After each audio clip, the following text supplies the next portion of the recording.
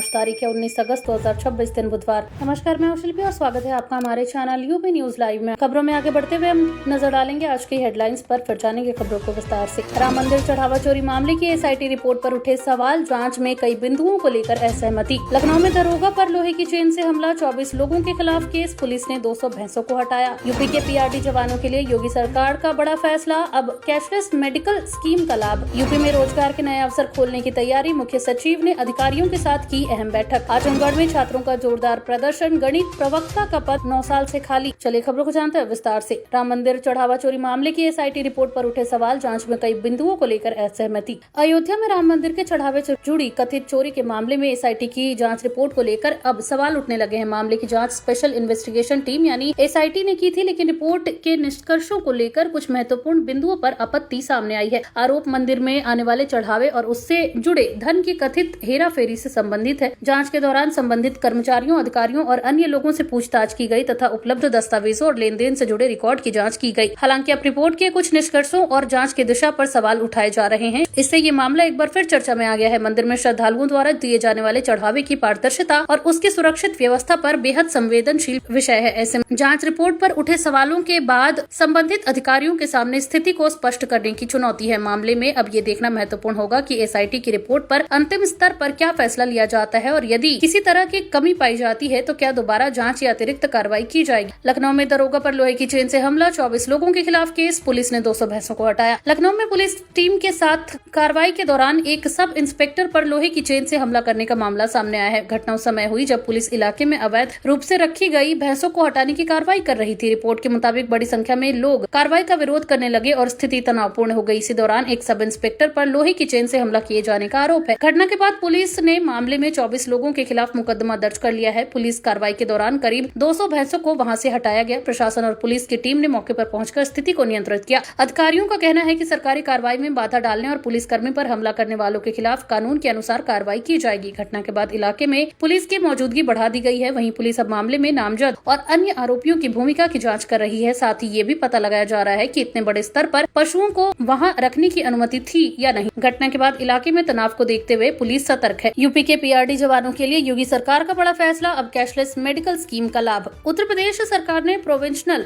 रक्षक दल यानी कि पीआरडी के जवानों के लिए बड़ी स्वास्थ्य सुविधा शुरू की है। मुख्यमंत्री योगी आदित्यनाथ ने मंगलवार को कैशलेस मेडिकल स्कीम की शुरुआत की। इस योजना का उद्देश्य पीआरडी पर्सनल और उनके परिवारों को इलाज के दौरान आर्थिक सहायता देना है। योजना के तहत पात्र जवान सूचीबद्ध अस्पतालों में निर्धारित चिकित्सा सुविधाओं का लाभ कैशलेस तरीके से ले सकेंगे। इससे गंभीर बीमारी या अचानक अस्पताल में भर्ती होने की स्थिति में परिवार को इलाज के लिए तुरंत बड़ी रकम की व्यवस्था करने में परेशानी कम होगी। पीआरडी के जवान प्रदेश में कानून व्यवस्था, सुरक्षा और विभिन्न प्रशासनिक कार्यों में पुलिस तथा प्रशासन की सहायता करते हैं। लंबे समय से उनके लिए बेहतर स्वास्थ्य सुविधाओं की मांग की जाती रही है। सरकार का कहना है कि जवानों के कल्याण के लिए कई योजनाएं संचालित की जा रही हैं और कैशलेस मेडिकल स्कीम उसी दिशा में एक महत्वपूर्ण कदम है। योजना के तहत इलाज की सुविधा निर्धारित नियमों और पात्रता के आधार पर मिलेगी। इससे हजारों पीआरडी पर्सनल और उनके परिवारों को लाभ मिलने की उम्मीद है। मुख्यमंत्री ने इस अवसर पर जवानों के योगदान की सराहना करते हुए उनके कल्याण को सरकार की प्राथमिकता बताया। सहारनपुर में जलभराव ने बिगाड़ी अंतिम यात्रा की राह, सड़कें डूबी तो बाइक से ले जाना पड़ा मासूम का शव। सहारनपुर के एक गांव में भारी बारिश के बाद जलभराव की ऐसी स्थिति बन गई कि एक परिवार को अपने मासूम बच्चे की अंतिम यात्रा के लिए मुश्किलों का सामना करना पड़ा। गाँव की सड़कें और रास्ते पानी से भर जाने के कारण शव को पारंपरिक तरीके से ले जाना संभव नहीं हो सका। मजबूरी में परिवार को बाइक के जरिए मासूम के शव को ले जाना पड़ा। घटना ने ग्रामीण इलाकों में जल निकासी व्यवस्था की स्थिति पर गंभीर सवाल खड़े कर दिए हैं। स्थानीय लोगों के मुताबिक बारिश के दौरान गांव में जलभराव पहले भी समस्या रहा है, लेकिन इस बार स्थिति इतनी खराब हो गई कि आवागमन पूरी तरह प्रभावित हो गया। कई रास्तों पर पानी भरने से लोगों को घरों से निकलने में भी परेशानी हुई। इसी बीच बच्चे की मौत के बाद परिवार को अंतिम संस्कार के लिए शव को ले जाने में भी कठिनाई का सामना करना पड़ा। ग्रामीणों ने प्रशासन से जलभराव की स्थायी समस्या का समाधान करने और नालियों तथा सड़कों की व्यवस्था सुधारने की मांग की है। उनका कहना है कि बारिश के समय गाँव की स्थिति बेहद खराब हो जाती है और आपात स्थिति में भी लोगों को रास्ता नहीं मिलता। घटना का सामने आना प्रशासन और स्थानीय निकाय की तैयारियों पर सवाल खड़े करता है। यूपी बीजेपी में बड़ा संगठनात्मक बदलाव, विनोद तावड़े बने प्रदेश प्रभारी और जगदीश पटेल को मिली सह प्रभारी की जिम्मेदारी। उत्तर प्रदेश बीजेपी में संगठनात्मक स्तर पर बड़ा बदलाव किया गया है। पार्टी ने विनोद तावड़े को उत्तर प्रदेश का नया प्रभारी नियुक्त किया है, जबकि जगदीश पटेल को प्रदेश का सह प्रभारी बनाया गया है। ये नियुक्ति ऐसे समय में हुई है जब उत्तर प्रदेश की राजनीति में संगठन को आगामी चुनावी और राजनीतिक चुनौतियों के लिए मजबूत करने पर जोर दिया जा रहा है। विनोद तावड़े बीजेपी के वरिष्ठ नेताओं में शामिल हैं और संगठनात्मक मामलों में उनके लंबे अनुभव को देखते हुए उन्हें यूपी की जिम्मेदारी दी गई है। उनके सामने प्रदेश संगठन के साथ समन्वय मजबूत करने और पार्टी के कार्यक्रमों को जमीनी स्तर तक प्रभावी तरीके से पहुंचाने की चुनौती होगी। वहीं जगदीश पटेल को सह प्रभारी की जिम्मेदारी मिलने से प्रदेश में पार्टी की संगठनात्मक गतिविधियों को देने में मदद मिलने की उम्मीद है। बीजेपी के लिए उत्तर प्रदेश बेहद महत्वपूर्ण राज्य है और यहाँ पार्टी संगठन की भूमिका चुनावी रणनीति में अहम रहती है। नई नियुक्तियों के बाद प्रदेश संगठन में नई टीम और नेतृत्व के साथ काम करने की प्रक्रिया शुरू होगी। पार्टी के सामने कार्यकर्ताओं के बीच समन्वय, सरकार और संगठन के बीच तालमेल तथा जमीनी स्तर पर संगठन को मजबूत करने जैसे महत्वपूर्ण मुद्दे रहेंगे। यूपी में नकली पनीर, खोया और घी से सावधान, घर पर असली नकली की पहचान के बताए गए आसान तरीके। उत्तर प्रदेश में त्योहारी और मांग बढ़ने वाले मौसम के बीच नकली पनीर, खोया और घी को लेकर खाद्य सुरक्षा विभाग और विशेषज्ञ लगातार लोगों को सावधान कर रहे हैं। बाजार में मिलावटी डेयरी उत्पादों की बिक्री से स्वास्थ्य को गंभीर नुकसान हो सकता है। रिपोर्ट में घर पर पनीर, खोया और घी की प्राथमिक जांच करने के कुछ आसान तरीके बताए गए। पनीर की जांच के लिए उसके रंग, बनावट और स्वाद पर ध्यान दिया जा सकता है। वहीं जरूरत पड़ने पर आयोडीन आधारित जांच से स्टार्च जैसी मिलावट का पता लगाने की कोशिश की जाती है। खोया खरीदते समय उसका रंग, गंध और बनावट देखना जरूरी है। बहुत ज्यादा चमकदार, असामान्य या रबड़ जैसी बनावट वाला खोया संदेह पैदा कर सकता है। घी के मामले में उसकी खुशबू, बनावट और गर्म करने पर व्यवहार को देखा जा सकता है। हालांकि घरेलू जांच से किसी उत्पाद के सुरक्षित या असुरक्षित होने की पूरी गारंटी नहीं मिलती। मिलावट का सही पता लगाने के लिए लेबोरेटरी टेस्टिंग सबसे भरोसेमंद तरीका है। खाद्य विशेषज्ञों की सलाह है कि खुले और संदिग्ध स्रोतों से डेयरी उत्पाद खरीदने से बचें। पैक्ड उत्पादों पर मैन्युफैक्चरिंग और एक्सपायरी डेट जांचें और शक होने पर फूड सेफ्टी डिपार्टमेंट को शिकायत करें। प्रयागराज में भारी बारिश से पॉश कॉलोनियां भी जलमग्न, घरों में घुसा पानी, एनडीआरएफ तैनात, स्कूलों को किया गया बंद। प्रयागराज में भारी बारिश ने शहर की व्यवस्था को प्रभावित कर दिया है। लगातार बारिश के कारण कई इलाकों में जलभराव की स्थिति पैदा हो गई और पॉश कॉलोनियों तक में पानी घरों के अंदर पहुंच गया।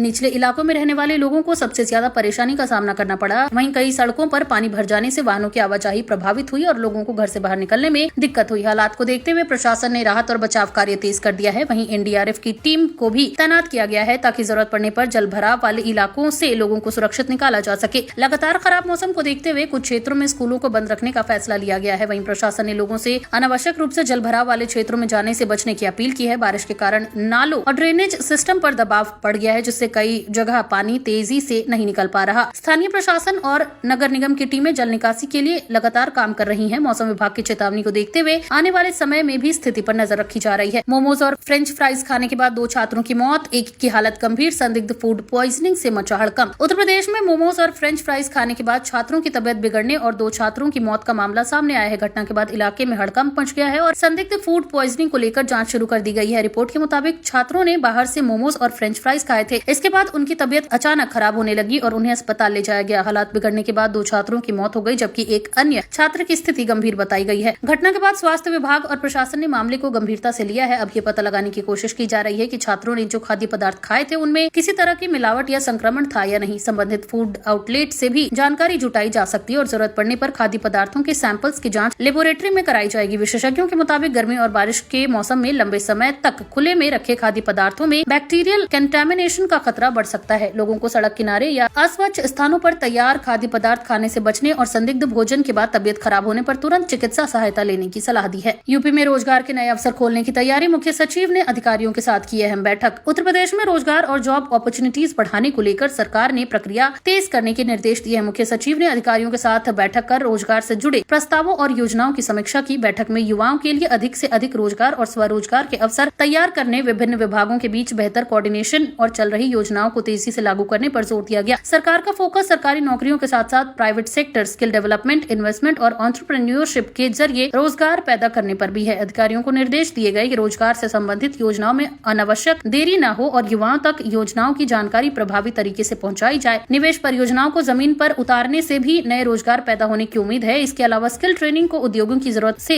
जोड़ने पर जोर दिया जा रहा है ताकि प्रशिक्षण यानी ट्रेनिंग पूरा करने वाले युवाओं को नौकरी मिलने की संभावना बढ़े। बैठक में अधिकारियों को संबंधित योजनाओं की प्रगति पर लगातार नजर रखने और निर्धारित लक्ष्यों को समय पर पूरा करने के निर्देश दिए गए। वहीं सरकार का उद्देश्य प्रदेश में रोजगार के अवसरों का विस्तार करना और युवाओं को करियर विकल्प उपलब्ध कराना है। आने वाले दिनों में विभिन्न विभागों की ओर से इस दिशा में नई पहल और योजनाओं की जानकारी सामने आ सकती है। यूपी में कई जिलों में बारिश के आसार, वाराणसी और प्रयागराज समेत कई इलाकों में मौसम रहेगा सक्रिय। उत्तर प्रदेश में मानसून सक्रिय बना हुआ है और बुधवार को भी कई जिलों में बारिश की संभावना जताई गई है। मौसम विभाग के अनुसार वाराणसी, प्रयागराज समेत कई जिलों में बारिश हो सकती है। वहीं कुछ क्षेत्रों में हल्की से मध्यम बारिश के साथ साथ गरज चमक की स्थिति बन सकती है। लगातार हो रही बारिश के कारण पहले से जलभराव वाले इलाकों में लोगों की मुश्किलें बढ़ सकती हैं। खासकर शहरी क्षेत्रों में निचले इलाकों, अंडरपास और खराब जल निकासी वाली सड़कों पर पानी जमा होने का खतरा बना हुआ है। प्रयागराज में भारी बारिश के कारण पहले ही कई इलाकों में जलभराव की स्थिति सामने आ चुकी है। मौसम विभाग के पूर्वानुमान को देखते हुए लोगों को स्थानीय मौसम पर चेतावनियों पर नजर रखने की सलाह दी गई है। बारिश के दौरान बिजली चमकने और तेज हवाओं की स्थिति में खुले स्थानों, पेड़ों और बिजली के खंभों के पास जाने से बचना चाहिए। वहीं किसानों के लिए भी ये बारिश महत्वपूर्ण है, लेकिन अत्यधिक वर्षा वाले इलाकों में फसलों में जलभराव नुकसान पहुंचा सकता है। प्रशासन को भी जल निकासी और राहत व्यवस्था को लेकर सतर्क रहने की जरूरत है। आने वाले दिनों में प्रदेश के अलग अलग हिस्सों में बारिश का दौर जारी रहने की संभावना है। आजमगढ़ में छात्रों का जोरदार प्रदर्शन, गणित प्रवक्ता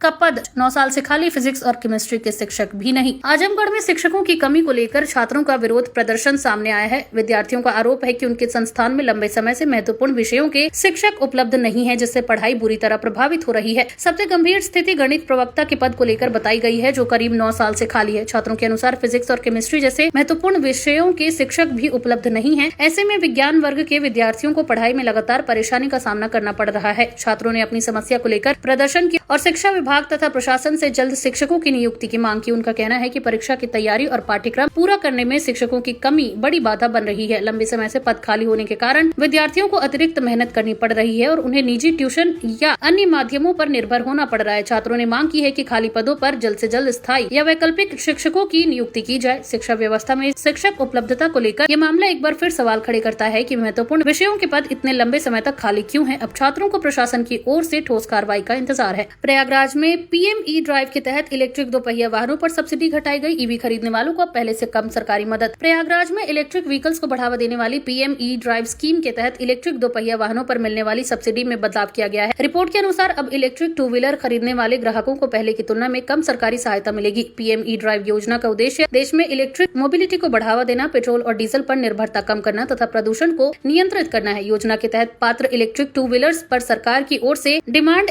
इंसेंटिव यानी खरीद पर आर्थिक सहायता दी जाती है, यानी सब्सिडी दी जाती है। हालांकि समय के साथ इस इंसेंटिव की राशि में बदलाव किया गया है। प्रयागराज में ईवी खरीदने की योजना बना रहे लोगों के लिए इसका मतलब है कि वाहन इफेक्टिव परचेज कॉस्ट पहले की तुलना में बढ़ सकती है। ग्राहक को सब्सिडी की वर्तमान राशि और वाहन की एलिजिबिलिटी खरीदने से पहले जरूर जांचनी चाहिए। इलेक्ट्रिक व्हीकल्स के फायदे में कम रनिंग कॉस्ट, कम मेंटेनेंस और पेट्रोल खर्च से राहत शामिल है, लेकिन शुरुआती खरीद कीमत अभी भी कई ग्राहकों के लिए महत्वपूर्ण फैक्टर है। सरकार की योजना का लक्ष्य ईवी एडॉप्शन को बढ़ाना है, लेकिन सब्सिडी घटने के बाद बाजार में इसकी मांग पर क्या असर पड़ेगा, ये आगे देखने वाली बात होगी। तो ये थी आज के तमाम ताजा अपडेट्स। ऐसी और खबरों को जानने के लिए बने रहिए हमारे चैनल यूपी न्यूज लाइव के साथ। धन्यवाद।